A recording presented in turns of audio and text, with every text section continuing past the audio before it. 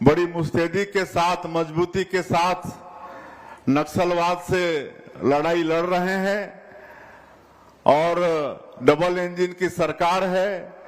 हमारे प्रधानमंत्री जी और हमारे देश के गृह मंत्री जी श्री अमित शाह जी का भी संकल्प है कि इस देश से माओवाद खत्म होना चाहिए और उस दिशा में हमारी सरकार भी काम कर रही है।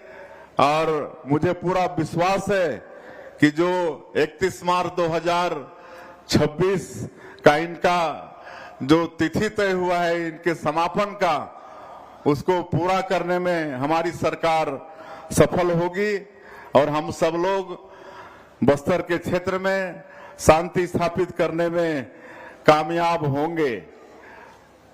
और अभी जो नक्सलियों के द्वारा कायराना हरकत किया गया, बीजापुर के कुटरू में जो ब्लास्ट करके हमारे सुरक्षा बलों को उड़ा दिया गया, 8 हमारे जवान शहीद हुए। मैं उनको आज के इस अवसर में विनम्र श्रद्धांजलि अर्पित करता हूं और सरकार पूरी तरह से उनके साथ है, उनके परिवार के साथ है। भगवान से प्रार्थना है कि उनकी आत्मा को शांति प्रदान करें। साथ में एक वाहन चालक भी, वो भी शहीद हुआ, उसकी आत्मा की शांति के लिए भी भगवान से प्रार्थना करते हैं।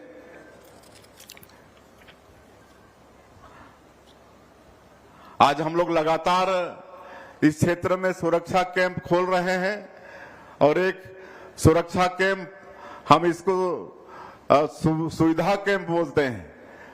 एक सुरक्षा कैंप खुला तो 5 किलोमीटर रेडियस में जितने भी गांव आते हैं वहां पर सरकार की योजनाओं को पहुंचाने का काम कर रहे हैं। और एक नियत नेलानार योजना भी हम लोग चलाए हैं। आप सबको मालूम है, नियत नेलानार का अर्थ है कि आपका अच्छा गांव, और इस योजना के माध्यम से गांव को हम लोग अच्छा बनाने में जुटे हुए हैं और सरकार की जितनी भी योजनाएं हैं वहां तक पहुंचाने का काम नियत नेलानार योजना के माध्यम से कर रही है। आप लोग देख रहे हैं कि आज 100 से भी ज्यादा गांव जहां पर सड़कें बन रही हैं, बिजली पहुंच रही है, वहां घरों में नल द्वारा पानी पहुंच रहा है, वहां के बंद पड़े स्कूल खोल रहे हैं, अस्पताल खोल रहे हैं, वहां राशन कार्ड बन रहा है, राशन वहां पर पहुंच रहा है। तो इस तरह से हमारी सरकार ऐसे क्षेत्र में सरकार की योजनाओं को पहुंचाने का काम कर रही है। मैं आप लोगों को बताना चाहूंगा कि आज जो पुवर्ती है वहां पर आज 78 साल के बाद दूरदर्शन वहां पर टीवी टावर खड़ा किए हैं और 78 साल के बाद वहां के लोग आज दूरदर्शन का आनंद ले पा रहे हैं। उसी तरह से एक गांव सालातोंग है, वहां भी 78 साल बाद पहली बार बिजली पहुंची है। ये सब नियत नेलानार योजना के माध्यम से हो पा रहा है और हम धन्यवाद देना चाहेंगे यहाँ के जिला प्रशासन को कि हुकुम मेल चलाई जा रही है ताकि इस क्षेत्र में, ऐसे क्षेत्र में लोगों को आने जाने में सुविधा हो, उप स्वास्थ्य केंद्रों तक पहुंचने में सुविधा हो और इसके लिए बसें चलाई जा रही हैं। ये जिला प्रशासन का एक अच्छा प्रयास है, इसके लिए हम धन्यवाद उनको देना चाहेंगे।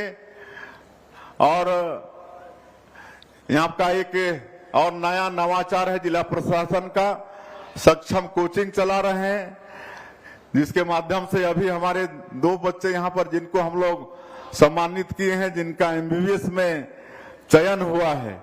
तो शिक्षा के क्षेत्र में भी ऐसा काम हो रहा है। आज सुकमा जिले में 52,220 माताओं को जो हमारी योजना है महतारी बंधन योजना, जो मोदी की गारंटी में भी है, ऐसे 52,220 माताओं को हर महीना 1,000 रुपया उनके खाते में हम लोग भेज रहे हैं। तो ऐसे सभी माता बहनों को भी हम आज के इस अवसर में बहुत बहुत बधाई देना चाहेंगे। आज 6,000 से अधिक हितग्राहियों को प्रधानमंत्री आवास का किस्त जारी कर चुके हैं। आप सब लोगों को मालूम होगा कि कांग्रेस की सरकार में हमारे प्रदेश के 18 लाख लोग प्रधानमंत्री आवास से वंचित हो गए थे, गरीबों का हक छीना गया था। और चुनाव प्रचार के दौरान हमारे प्रधानमंत्री जी भी वादा किए थे ऐसे गरीब लोगों से कि हमारी सरकार आएगी तो मुख्यमंत्री का पहला काम होगा प्रधानमंत्री आवास स्वीकृत करने का। और हम लोग 13 दिसंबर 2023 को शपथ लिए और अगले ही दिन पहला कैबिनेट में ही 18 लाख प्रधानमंत्री आवास की स्वीकृति दे दिए। आज भारत सरकार की तरफ से भी 8,47,000 की स्वीकृति मिल गई और कई परिवार का मकान बनके तैयार है, उनको गृह प्रवेश भी करा रहे हैं। आज यहां भी कराए हैं, तो ऐसे परिवार को हम शुभकामनाएं देते हैं। अभी 2-4 दिन पहले ही हमारे देश के यशस्वी ग्रामीण और पंचायत मंत्री आए थे, ग्रामीण विकास और पंचायत मंत्री श्री शिवराज सिंह चौहान जी। उनका कार्यक्रम दुर्ग जिले में हुआ था। 3,88,000 फिर से प्रधानमंत्री आवास की स्वीकृति देकर गए और अगले वित्तीय वर्ष में फिर उतने ही मकान देने का आश्वासन दिए हैं। एक मैं महत्वपूर्ण बात बता रहा हूं आप लोगों को कि अब आवास प्लस 2024 इसका भी सर्वे काम शुरू हो गया है। अब 18 लाख मकान बनाने के बाद भी लोगों को मकान की आवश्यकता होगी, काहे कि हमारे बेटों की शादी होगी तो उनको अलग घर चाहिए ना। तो ऐसे लोगों के लिए फिर आवास प्लस 2024 उसका सर्वे का काम शुरू हो गया है। और इसमें आप लोग ध्यान से सुनिए कि जिनके पास 2 व्हीलर है उनको भी प्रधानमंत्री आवास मिलेगा। पहले वो सब वंचित हो जाते थे। जिसके पास 2.5 एकड़ सिंचित जमीन है उसको भी मिलेगा। 5 एकड़ असिंचित जमीन है उनको भी प्रधानमंत्री आवास का लाभ मिलेगा। और पहले 10,000 मासिक आय से ज्यादा आय वाले को नहीं मिलता था, लेकिन अब 15,000 मासिक आय जिनका है उनको भी प्रधानमंत्री आवास मिलेगा। और इसका सर्वे चालू हो गया है। लेकिन इसमें एक और सुविधा भारत सरकार की तरफ से हुआ है कि आप स्वयं भी अपना सर्वे कर सकते हैं। उसके लिए एक ऐप डेवलप हुआ है।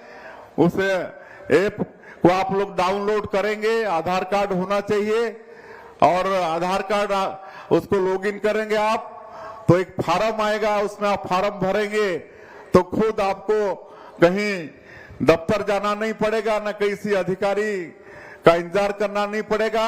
स्वयं आप अपने घर बैठे भी अपना पंजीयन करा पाएंगे, ये सुविधा है। और जो महतारी बंधन की बात हम बता चुके हैं, किसानों का वादा भी पूरा किए हैं। इस साल अच्छी बारिश हुई है तो इस साल हमको लगता है कि जो पिछले साल 1,45,000 मीट्रिक टन धान खरीदे थे वो रिकॉर्ड भी इस साल टूटेगा। और हम आश्वस्त कर रहे हैं आप लोगों की जैसे ही खरीदी पूरी हो जाएगी, सरकार के पास पूरा हिसाब किताब आ जाएगा, उसके 1 सप्ताह के अंदर जो अंतर की राशि होगी, इस साल 27 लाख किसानों का पंजीयन हुआ है। 27 लाख किसानों के खाते में अंतर की राशि एक मुश्त भेजने का काम हमारी सरकार करेगी, ये आप लोगों को हम बता रहे हैं। और आज तेंदुपत्ता का कीमत भी बढ़ा दिए हैं, 4,000 से 5,500 प्रति मानक बोरा।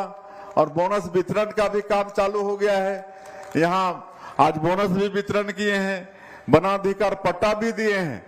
और मैं उनको अवगत कराना चाहूंगा कि जिनके पास वन भूमि का पट्टा है, सरकार ने निर्णय लिया है कि जैसे और पट्टा होता है, सामान्य पट्टा होता है, उसमें फौती काटने का भी नियम है।